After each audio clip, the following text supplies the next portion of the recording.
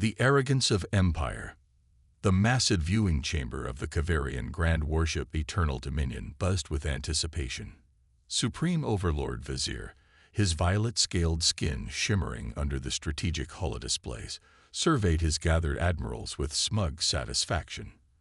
The Kavarian Empire had conquered 17 star systems in the past solar cycle alone, each falling like withered leaves before the unstoppable might of their armada. And now, Vizier announced, his four eyes blinking in sequence as mandated by Kavarian tradition, when announcing something of great significance: we have the humans. The word itself caused ripples of laughter among the assembled war council. Humans, bipedal, fragile creatures from a backwater planet called Earth, had only achieved faster-than-light travel 3 decades ago. They were newcomers to the galactic stage, barely worth acknowledging. Admiral Corex, his battle-scarred face a testament to 100 conquests, gestured toward the tactical display. Esteemed Overlord, our long-range sensors have detected a single vessel approaching from the Sol system. They appear to be responding to our ultimatum. The ultimatum had been simple: surrender Earth's resources and accept Kavarian rule, or face obliteration. It was the same choice offered to all species encountered by the Empire. Most capitulated immediately. A few resisted. None survived. One ship. Vizier's upper lip curled in disdain. They send a single vessel against our might. Perhaps they misunderstood. Perhaps they believe this is a diplomatic mission. The gathered admirals chuckled. The Kavarian Empire did not engage in diplomacy. They conquered. That was the natural order of the universe. The strong ruled. The weak submitted. Show me this vessel, Vizier commanded. The holodisplay shifted, revealing a sleek obsidian ship floating against the backdrop of stars. It was unlike typical human designs, which tended toward utilitarian functionality. This craft was elegant, its hull unmarked by external weapon systems or defensive arrays. It appeared almost ceremonial. Admiral Tekla, the Empire's chief intelligence officer, stepped forward. The humans are calling it the ESS Defiance. Our scans indicate it's approximately 1/10 the size of the Eternal Dominion. We detect minimal power signatures and defensive capabilities. Defiance, Vizier repeated, savoring the word. How appropriately named, yet how foolish. They defy us with a single, insignificant vessel. Perhaps they seek to surrender personally, suggested Admiral Corex. A last gesture of dignity before inevitable submission. Vizier leaned back in his command throne, fingers steepled. Let us hear what they have to say before we obliterate them. It will provide momentary amusement. The communications officer worked his console. The human vessel is broadcasting on all frequencies, Overlord. Shall I put it through? By all means. Let us hear their pleas. The holodisplay shifted again, revealing the bridge of the ESS Defiance. A human woman stood at its center, her dark skin contrasting with a crisp blue uniform adorned with minimal insignia. Her posture was relaxed yet commanding. I am Captain Amara Chen of the Earth Spaceship Defiance. I come representing the United Earth Government in response to your communication. Vizier leaned forward. I am Supreme Overlord Vizier of the Kavarian Empire. You understand the terms we have offered. Submission or annihilation. Captain Chen's expression remained impassive. We understand your terms, Overlord. We've studied your empire's history, how you've conquered dozens of worlds, stripped them of resources, and subjugated their populations. Then you know resistance is futile. Vizier's voice dripped with boredom. Your species will be preserved, though subjugated. Your planet's resources will serve the greater glory of the Empire. That's not going to happen, Chen replied simply. The War Council erupted in laughter. Vizier silenced them with a gesture, intrigued by this human's audacity. You come before my armada in a single ship and reject our generous terms. Either your species is remarkably brave or remarkably stupid. Captain Chen's expression softened slightly. We tried diplomacy first. 3 times we sent delegations to your border stations requesting peaceful dialogue. 3 times they were turned away without a hearing. The Kavarian Empire does not negotiate with lesser species, Vizier stated flatly. So we discovered. Chen nodded. When you destroyed our outpost in the Rigel system without warning, killing 1,200 civilians, we recognized diplomacy had failed. Vizier waved dismissively, a necessary demonstration of our resolve. Now you understand your position. Actually, Chen replied, we understand yours. You believe yourselves invincible because you've never encountered a true technological equal. Your empire expanded through regions where most species developed along similar technological paths. A flicker of annoyance crossed Vizier's features. This conversation grows tiresome. You have one final opportunity to surrender. Earth will not surrender, Overlord. But we're offering you a chance to withdraw your forces from our space, return to your borders, and establish peaceful relations. The War Council exploded with laughter once more. Vizier didn't silence them this time, joining in their mirth. When he finally composed himself, he addressed the human captain again. You, in your single ship, offer us terms. This exceeds mere audacity and enters the realm of delusion. Captain Chen remained unmoved. This is your only warning, Overlord. Withdraw your forces now. Vizier's amusement vanished, replaced by cold contempt. I tire of this. You will witness the power of a true empire. He turned to Admiral Corex. Target their vessel. Use minimal firepower. I want them to have time to understand their mistake before they die. The communication ended.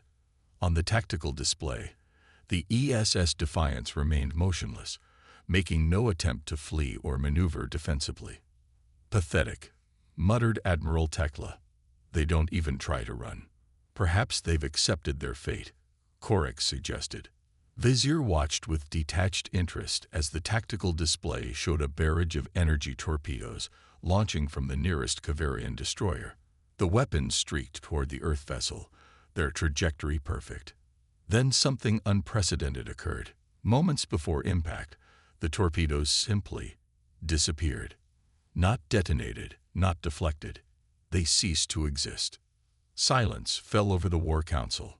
Weapons malfunction, Vizier demanded. Corex was already consulting with his tactical officers. Negative, Overlord. The torpedoes were on target until they reached approximately 500 meters from the human vessel. Then they vanished. Impossible. Vizier rose from his throne. Launch a full barrage. Class 3 disruptor cannons. The tactical display bloomed with hundreds of energy signatures as the front line of the Kavarian fleet unleashed their weaponry. The ESS Defiance remained stationary, seemingly defenseless against the overwhelming assault. Again, as the barrage reached the invisible perimeter around the Earth ship, every energy signature winked out of existence. What trickery is this? Vizier hissed. For the first time in generations, uncertainty rippled through the Kavarian War Council. Admiral Tekla was the first to voice what many were thinking. Some form of energy absorption technology. Perhaps a localized disruption field. Before Vizier could respond, the tactical officer called out, Overlord, the human vessel is moving. All eyes turned to the display.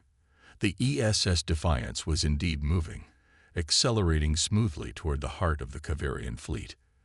No evasive maneuvers, no defensive posturing. It was advancing as if on a leisurely cruise.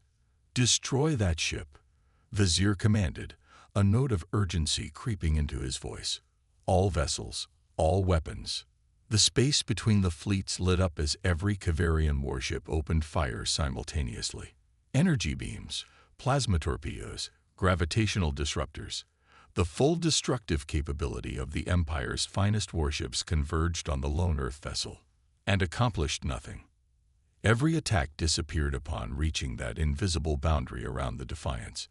The human ship continued its advance, untouched and apparently unconcerned. Overlord, Admiral Corex's voice had lost its usual confidence. They're approaching the Eternal Dominion. Should we reposition the fleet? Before Vizier could answer, the ESS Defiance stopped. For a moment, nothing happened. Then, a soft blue light began to emanate from its hull, pulsing gently like a heartbeat. "What are they doing?" Vizier demanded. No one had an answer. The pulsing blue light suddenly intensified, and then, without any visible weapon discharge, without any detectable energy surge, 3 Kavarian destroyers on the fleet's forward edge simply came apart. Their hulls didn't explode. They disintegrated, breaking down into constituent particles that dispersed into space. Nearly 10,000 Kavarian warriors, gone in an instant. For the first time in his long reign, Supreme Overlord Vizier felt fear. Captain Chen's face reappeared on the holodisplay, her expression now stern. "That was a demonstration, Overlord Vizier. We didn't want this conflict. We sought diplomacy. You chose war." Vizier found his voice, though it lacked its usual authority. "What have you done? What is this weapon?" "Not a weapon in the conventional sense," Chen replied. "More of a fundamental reimagining of matter-energy conversion. Your attacks didn't disappear. They were transformed, their energy harvested to power our own systems." "Impossible," Admiral Tekla breathed. "Such technology would violate the laws of physics as we understand them." "Your understanding is incomplete," Chen stated simply. "Humanity took a different path than most galactic species. While you focused on expansion and conquest, we looked inward, exploring the fundamental nature of reality itself." Vizier's mind raced, calculating options, escape routes, possibilities for survival. The mighty Kavarian Empire, faced with an enemy they couldn't comprehend, much less defeat. "What do you want?" he finally asked. "Exactly what we stated before," Chen replied. "Withdraw your forces from Earth space, return to your borders, establish peaceful relations with us, and cease your campaign of conquest against other species." "And if we refuse?" Chen's expression didn't change. "Then we will be forced to demonstrate that what happened to those 3 destroyers can happen to your entire fleet, including the Eternal Dominion." The War Council chamber erupted in panicked discussions. Supreme Overlord Vizier, ruler of the mighty Kavarian Empire, conqueror of 17 star systems, faced the most difficult decision of his reign. And the ESS Defiance waited patiently for his answer. The humbling of gods. The atmosphere aboard the Eternal Dominion had transformed. Where arrogance and certainty had reigned moments before, now confusion and fear permeated the War Council chamber. Supreme Overlord Vizier struggled to process what he had witnessed. 3 elite Kavarian destroyers reduced to cosmic dust without a fight. "It must be a trick," snarled Admiral Corex, his claws digging into the tactical display console. "Some form of illusion or misdirection." Admiral Tekla shook her head, her scales shifting color with anxiety. "The destroyers are gone, Corex. 15,000 tons of advanced alloys and technology, simply gone. Along with their crews." "Perhaps," ventured a junior tactical officer, then hesitated. "Speak," commanded Vizier, desperate for any insight. "Perhaps we should verify their capabilities further, Overlord. The demonstration might have been their only weapon, a single-use technology that's now depleted." Hope flared briefly in Vizier's 4 eyes. The Kavarian Empire had not conquered half the known galaxy by cowering before threats. A sound strategy. Dispatch the Talon Squadron, our fastest attack vessels. Have them approach from multiple vectors. On the tactical display, 6 arrow-shaped craft broke formation from the main fleet, accelerating rapidly toward the ESS Defiance. These were the pride of the Kavarian Navy, vessels so swift and maneuverable that no enemy targeting system could lock onto them effectively. The Earth ship remained motionless, that soft blue pulse still emanating from its hull. "The human captain," Vizier demanded. "Put her back on screen." Captain Chen appeared, looking remarkably calm for someone facing thousands of warships. "Have you reached a decision, Overlord?" "We are, considering your proposal," Vizier temporized. Such significant policy changes require careful deliberation. Chen's eyes narrowed slightly. I notice your attack craft approaching. That doesn't suggest good faith deliberation. Merely a defensive precaution. Vizier lied smoothly. You can't expect us to leave our fleet vulnerable while we discuss terms. I expect honesty, Overlord. It's the foundation of any meaningful negotiation. As she spoke, the Talon squadron closed in on the Defiance, weapons hot. Their attack pattern was perfect, a three-dimensional envelopment designed to overwhelm any defensive system. They fired in unison, dozens of high-energy plasma bolts converging on the Earth vessel from all directions. Just like before, every attack vanished upon reaching that invisible perimeter. As expected, Chen commented, watching the failed assault with apparent detachment. I had hoped we wouldn't need additional demonstrations. Before Vizier could respond, the blue pulsing light from the Defiance intensified once more. This time, it extended outward in 6 precise beams, each one touching a Talon attack craft.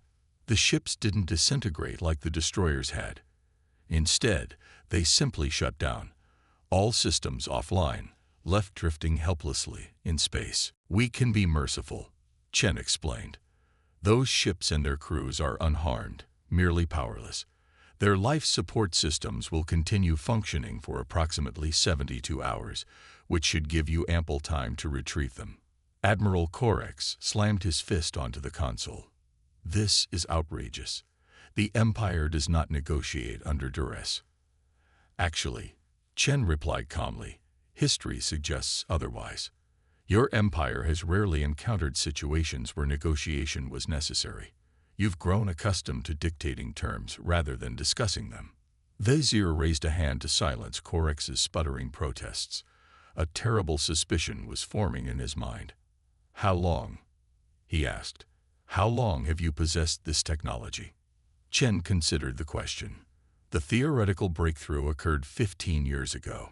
Practical application followed about 7 years later. We've had ships with this capability for approximately 5 years now. 5 years, Vizier repeated numbly. Yet you never revealed yourselves, never intervened as we conquered other worlds. We were still learning about the galactic community, Chen explained. Still developing our understanding of interstellar politics and cultures. We didn't want to intervene prematurely or disrupt established power structures without fully comprehending the consequences. Until we targeted Earth, Vizier concluded. Chen nodded. Until you targeted Earth. Admiral Tekla stepped forward, her scientific curiosity momentarily overriding her fear. This technology, it violates conventional understanding of energy conservation. Our sensors detect no waste heat, no radiation signature. That's because there isn't any, Chen replied. What you're witnessing isn't conventional technology. It's the application of discoveries that fundamentally alter our understanding of the universe's underlying structure. I must understand, Tekla pressed. How did humans achieve this when civilizations with thousands of years more development did not? For the first time, a small smile appeared on Chen's face. Necessity and isolation. Earth was relatively isolated from galactic influence. We developed along different lines than most spacefaring species, and as for necessity, Earth's resources were limited. We couldn't build massive war fleets or conquer new worlds for their materials. We had to look deeper, find more efficient solutions. Vizier felt the foundations of his worldview crumbling. The Kavarian Empire had always equated technological superiority with biological superiority, a core tenet of their expansionist philosophy. Now, a species they had dismissed as primitive was revealing capabilities beyond their comprehension. Overlord, the communications officer interrupted urgently. We're receiving transmissions from across the fleet. Commanders are requesting instructions. Some are preparing to retreat. Panic threatened to overwhelm Vizier. The Empire maintained control through strength and fear. If the fleet scattered now, if word spread that they had been rendered helpless by a single Earth vessel. Wait, he commanded, then addressed Chen again. If your technology is so advanced, why approach us with a single ship? Why not bring a fleet and ensure your victory? Because we don't want victory, Overlord. We want peace. Chen's expression was earnest now. This isn't about humiliating the Kavarian Empire or destroying your civilization. It's about establishing a new paradigm, one based on mutual respect rather than domination. The ESS Defiance is more than a warship, she continued. It's a message. We could have sent 100 ships like this one, or 1,000. We could have struck without warning, disintegrated your entire fleet, including the Eternal Dominion. But that's not who we are. Admiral Korex scoffed. Pretty words to disguise conquest. If conquest were our goal, Chen replied patiently, this conversation wouldn't be happening. Your empire would already be in ruins. Vizier knew she was right. Whatever this technology was, it rendered conventional military power obsolete. The Empire's vast fleets, its fearsome weapons, its strategic doctrines, all meaningless against what this single Earth ship could do. What happens now? He asked quietly. That depends on you, Chen answered. Earth is prepared to establish diplomatic relations with the Kavarian Empire as equals. We're prepared to share some of our technological innovations, not our defense systems, but medical technology, energy production methods, terraforming techniques, advancements that could benefit your people without being weaponized. And in return, the Empire ceases all expansionist activities. You withdraw from recently conquered territories and offer those species autonomy or full independence. You join a new interstellar council where all members have equal standing. Vizier's first instinct was to refuse. Such terms would transform the Empire forever, diminish its glory, undermine everything generations of Kavarians have fought and died for. But then he looked at the tactical display, at the ESS Defiance floating serenely amid the greatest concentration of military might the galaxy had ever seen, rendering it all impotent. He thought of those 3 destroyers, disintegrated in an instant. He thought of the thousands of ships in his fleet, all equally vulnerable. Sometimes survival required adaptation.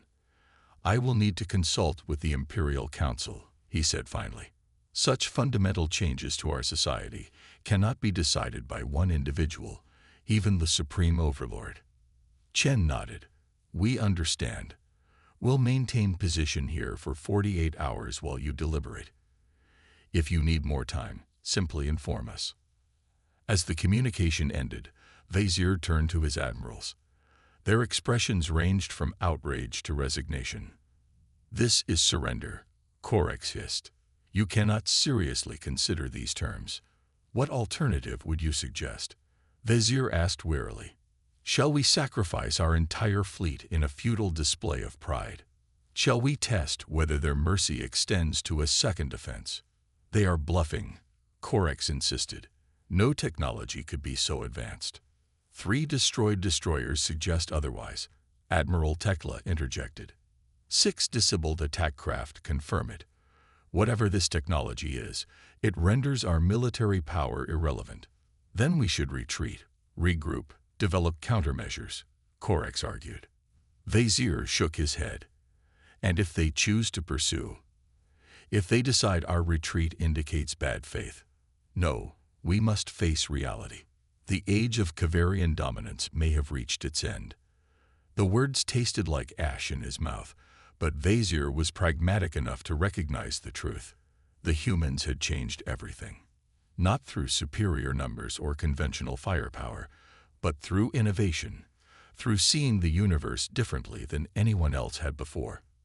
Hours later, after intense debate and no small amount of shouting, the Imperial Council reached its decision. The terms were accepted, with some minor modifications requesting longer transition periods for certain occupied territories. When Captain Chen received the counter-proposal, she nodded thoughtfully. These adjustments seem reasonable. I'm authorized to accept them provisionally, pending final approval from Earth's governing council. And just like that, centuries of Kavarian expansion ended, not with a glorious last stand, but with a diplomatic agreement born of necessity. As the ESS Defiance prepared to depart, Vizier requested a final private communication with Captain Chen. "This technology of yours," he said when her image appeared, "it could have made humans the rulers of the galaxy. Yet you choose restraint. Why?" Chen considered the question carefully. "Because we've studied history, our own and others. Power without wisdom inevitably leads to destruction. The ability to conquer doesn't justify conquest. And if we violate our agreement, if we rebuild and strike again, then we'll respond appropriately," Chen replied simply. "But we prefer to believe that given the opportunity, most intelligent species choose growth over stagnation, cooperation over conflict. A philosophical approach to interstellar relations," Vizier mused. "Unusual. Perhaps that's why we develop differently than others," Chen suggested. "We questioned assumptions, including whether domination was the natural order of things." As the communication ended and the ES Defiance departed, Supreme Overlord Vizier gazed out at his massive, powerless fleet. For the first time, he wondered if there might be forms of strength beyond the ability to destroy. It would take generations for the Kavarian Empire to fully process this humbling encounter, to redefine itself in a galaxy where it was no longer the apex predator. But perhaps, Vizier reflected, that transformation might lead to something greater than conquest ever could. The humans had taught the self-proclaimed gods of the galaxy a profound lesson. True power lay not in domination, but in restraint, not in how much you could destroy, but in what you chose to preserve. And somewhere in the depths of space, the ESS Defiance continued its mission, carrying humanity's most powerful weapon, a different way of seeing the universe.